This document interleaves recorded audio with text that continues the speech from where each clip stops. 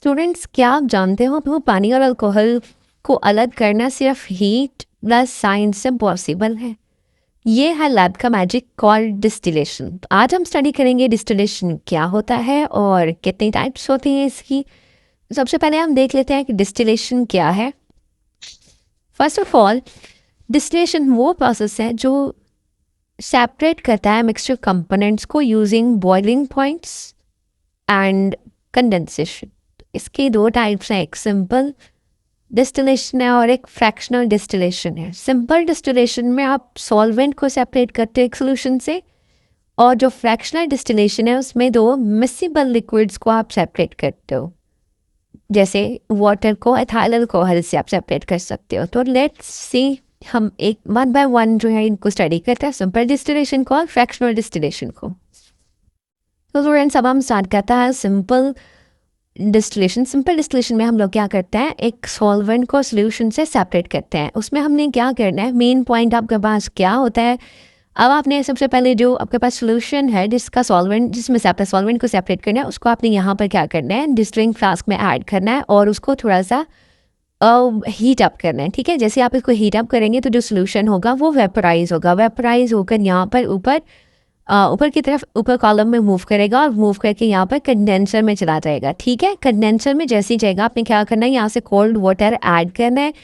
जैसे आप cold water add करेंगे तो वो यहाँ पर कंडेंसर में क्या करेगा, सर्कुलेट करेगा। अब ये चाहे वाटर है या अल्कोहल है, वो तब वेपरेट होगा जैसे ही इसका बॉइलिंग पॉइंट मतलब रीच हो जाएगा। ठीक है, और इसके जो वेपर्स होंगे वो कंडेंसर के थ्रू यहाँ पर पास आउट हो रहे होंगे। अब आपने क्या करना है, जो वाटर सर्कुलेट कर रहा था कंडेंसर में, ये क्या हो जाएंगे, वेपर्स में यहाँ पर जो है वो कंडेंस होकर दोबारा से लिक्विड में कन्वर्ट हो जाएंगे और वो लिक्विड आपके पास यहाँ पर जो है वो रिसीविंग फ्लास्क में कलेक्ट हो जाएगा। अब जो यहाँ पर लिक्विड कलेक्ट हुआ है रिसीविंग फ्लास्क में, इसको हम कहते हैं डिस्टिलेट। और जो आपके पास कंपोनेंट्स बाकी रहेंगे वो डिस्टिलेशन फ्लास्क के अंदर, यहाँ पर उसको हम कहेंगे रेजिड्यू। तो इस तरीके से आप जो यहाँ पर आपके पास रिसीविंग फ्लास्क में कलेक्ट हुआ है वो सॉल्वेंट है। तो इस तरीके से आप सोल्यूशन में से सॉल्वेंट को सेपरेट कर सकते हैं। अब हम देखते हैं second method, that is fractional distillation. Fractional distillation और जो सिंपल डिस्टिलेशन है वो तकरीबन सेम ही है। एक मेन पॉइंट उसमें थोड़ा सा डिफरेंट ये है कि जैसे सिंपल डिस्टिलेशन में हम क्या कर रहे थे, सॉल्वेंट को सेपरेट कर रहे थे सोल्यूशन से, बट जो फ्रैक्शनल डिस्टिलेशन है उसमें आप क्या करेंगे, दो मिक्सेबल लिक्विड्स है, जैसे एक एथेनॉल है और वाटर। ये इनका एक मिक्सचर हो, एक आपके पास सोल्यूशन हो, तो अब आपने वाटर को एथेनॉल से कैसे सेपरेट करना है वो हम देखते हैं किस तरीके से करेंगे। वो हम फ्रैक्शनल डिस्टिलेशन के थ्रू करते हैं। इसमें क्या होता है, सेम प्रोसेस सेम ही है, मतलब आपके पास जो भी लिक्विड है जिसमें दोनों लिक्विड मिक्सेबल है, आपने यहाँ पर डिस्टिलिंग फ्लास्क में ऐड किए, उनको आपने हीटअप किया। हीटअप करेंगे तो वो वेपर्स बनेंगे। वेपर्स आपके पास फ्रैक्शनेटिंग कॉलम में ऊपर जाएंगे और जैसे ही ऊपर जाते हैं तो आपने यहाँ पर कंडेंसर की तरफ वो मूव करेंगे। फिर आपने वाटर ऐड करना है। वाटर ऐड करने से क्या होगा कि वो इसी कंडेंसर में मूव करेगा, वेपोरेट होगा जब बॉइलिंग पॉइंट रीच होगा, और फिर यहीं पर वापस से लिक्विड में कन्वर्ट होगे, यहाँ पर जो रिसीविंग फ्लास्क है उसकी तरफ जाएगा। बट कहाँ पर आपने इनको सेपरेट कैसे करना है वाटर को एथेनॉल से, वो मेन पॉइंट आपके पास यहाँ पे क्या कि आप एक थर्मोमीटर यूज़ करेंगे। आप जो भी मिक्सेबल लिक्विड यूज़ कर रहे हैं उनका आपको बॉइलिंग पॉइंट जो है वो पता होना चाहिए। जैसे वाटर का बॉइलिंग पॉइंट क्या है, 100 डिग्री सेल्सियस, और एथेनॉल का जो बॉइलिंग पॉइंट है दैट इज़ 78 डिग्री सेल्सियस। अब आपने यहाँ पर जैसे ही आपके पास कंडेंसेशन में जो लिक्विड बन रहा है और वो लिक्विड मूव कर रहा है रिसीविंग फ्लास्क की तरफ, आपने यहाँ पर थर्मोमीटर में नोट करना है। जब तक तो आपके पास यहाँ पर 78 डिग्री सेल्सियस तक टेम्परेचर रहता है, तब तक आपने यहाँ पर जो भी कलेक्ट कर रहे हैं, इट मीन कि वो आपके पास एथेनॉल है।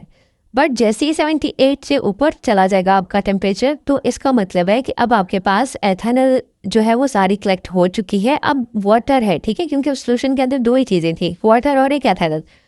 एथेनॉल अब आपके पास कलेक्ट हो गया, तो अब आप क्या करेंगे, इस जो आपके पास रिसीविंग फ्लास्क है इसको आपने रिमूव कर देना है और एक और एम्प्टी जो रिसीविंग फ्लास्क होगी उसको आपने यूज़ करना है। अब जैसे ही रिसीविंग फ्लास्क सेकेंड आप यहाँ पर लगाएंगे तो जो यहाँ पर टेम्परेचर 100 डिग्री सेल्सियस तक पहुँचेगा, तो वो जो लिक्विड आपके पास यहाँ पर कलेक्ट होगा, इट मीन्स कि वो आपके पास वाटर है। तो जो मेन की डिफरेंस था वो ये था कि आपके पास जो बॉइलिंग पॉइंट है वो डिफरेंट है। 78 है तो 78 तक आपके पास जो कलेक्ट होगा वो एथेनॉल होगा, और जैसे ही 100 डिग्री सेल्सियस पे पहुंचेगा तो इसका मतलब है कि वो अब आपके पास वाटर है। आपने टाइम टू टाइम नोट करके जस्ट बीकर को या जो रिसीविंग फ्लास्क का उसको क्या करना है, जस्ट चेंज करना है। तो स्टूडेंट्स इतना ज़्यादा डिफ़िकल्ट नहीं था। आपने इसके जो मेन पॉइंट्स हैं वो मैं आपको समराइज़ कर देती हूँ, उसको आपने अच्छे तरीके से याद कर लेना है, स्क्रीनशॉट चाहे ले ले, बट वो आप प्रैक्टिकल जब लैब में भी उसको इम्प्लीमेंट कर सकते हैं और एग्ज़ाम में भी उसको इम्प्लीमेंट कर सकते हैं। तो चलिए लैब टिप्स या एग्ज़ाम टिप्स हम उसको देख लेते हैं। So students, lab setup tips जो है वो फर्स्ट ऑफ ऑल आपके पास फर्स्ट पॉइंटर याद रखें, आपने बॉइलिंग चिप्स यूज़ करनी है। ये क्या करता है, बम्पिंग को प्रिवेंट करता है। और सेकंड ये है कि आपने एयर टाइट सेटअप रखना है, ठीक है। जब आप अपरेटस एयर टाइट रखते हैं तो कोई भी वेपर जो है वो स्केप नहीं करेंगे। नेक्स्ट पॉइंटर जो आपको याद रखना है वो आपने याद रखना है, जो वैक्सीनेटिंग कॉलम है वो बैटर सेपरेशन करता है, ठीक है। आप पॉइंट्स को याद रखेंगे तो आपको ईजी हो जाएगा उसको लर्न करना।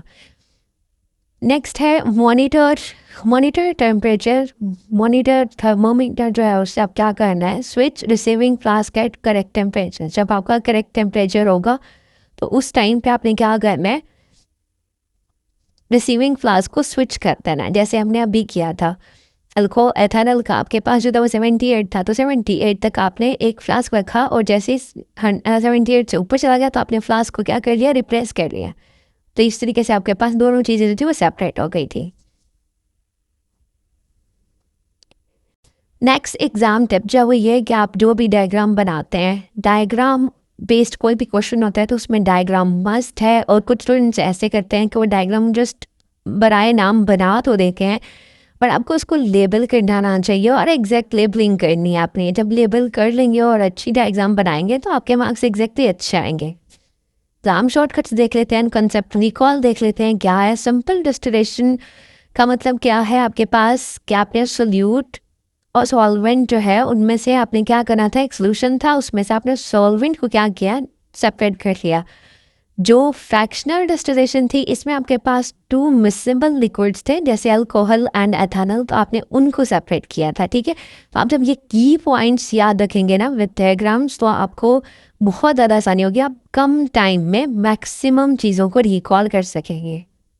नेक्स्ट पॉइंट है ये कि आपने याद रखना है कि जो की इंडिकेटर्स है वो जो 2 ही थे। बॉइलिंग पॉइंट्स आपको याद रखने हैं और थर्मोमीटर रीडिंग बार बार चेक करते रहना है आपको।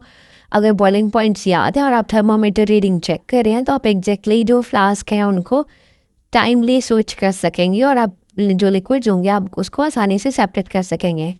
नेक्स्ट जो टिप है दैट इज़ लैब टिप में क्या चीज़ें थी, एक तो आपने बॉइलिंग टिप्स यूज़ करनी थी और दूसरा आपके पास जो सेपरेटर्स है वो एयर टाइट होना चाहिए ताकि जो वेपर्स हैं वो स्केप नहीं कर पाए। और दूसरा जो फ्रैक्शनेटिंग कॉलम है वो तो उसमें ऑब्वियसली होगा ही, क्योंकि आपको बेस्ट जो सेपरेशन है वो परफॉर्म करनी है तो आपके पास फ्रैक्शनेटिंग कॉलम है वो होने चाहिए। और आपने ये याद रख लें कि जो बोर्ड और प्रैक्टिकल लैब वगैरह सब में आपके ये जो रिकॉल का 2 से 3 सेकंड का ये है, इसका चाहे आप नोट्स बना रहे चाहे स्क्रीनशॉट ले लें, बट इसको याद रखें क्योंकि ये बोर्ड और लैब दोनों में आपके लिए यूज़फुल होगा। नेक्स्ट वीडियो में मैं आपको बताऊंगी एक और केमिस्ट्री ट्रिक जो बोर्ड में बार बार आती है। अगर मिस नहीं करना चाहते तो अभी लाइक कर दें, चैनल को सब्सक्राइब कर लें और बेल आइकन प्रेस कर लें। Thank you.